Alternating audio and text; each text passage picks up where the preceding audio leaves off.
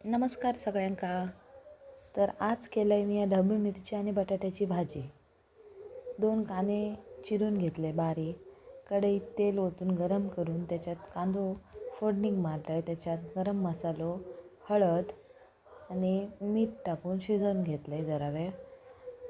नंतर त्याच्यात ढबू मिरची आणि बटाटो घातलं आहे, ढवळलं आहे. ढवळून बरी त्याका परत एकजीव करून परत झाकून ठेवलं आहे. ही अशी भाजी ना चपाती, नाचण्याची भाकरी, भाताबरोबर खेच्याबरोबर खाऊची. नंतर घातलं आहे खोबरा घातलं आहे. परत ढवळून घेतलं आहे बरी एकजीव करून खोबऱ्याबरोबर आणि परत झाकून ठेवलं आहे. ही अशी भाजी ना तुम्ही करा, तुमकां नक्की आवडतली. आणि कशी हो, काय बाहेरला सामान लागणार नाही. आपल्या घरातल्या सामानात सगळा व्यवस्थित जाता बरा. आणि कसं लागा काही टेस्टी बरी.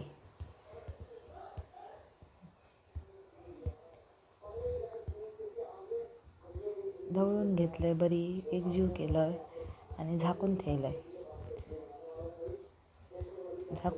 आहे. तसे हळद भात कुकरात आणि परत उघडलं आहे. परत ढवळून घेतलं आहे. भाजी रेडी झालेली आहे.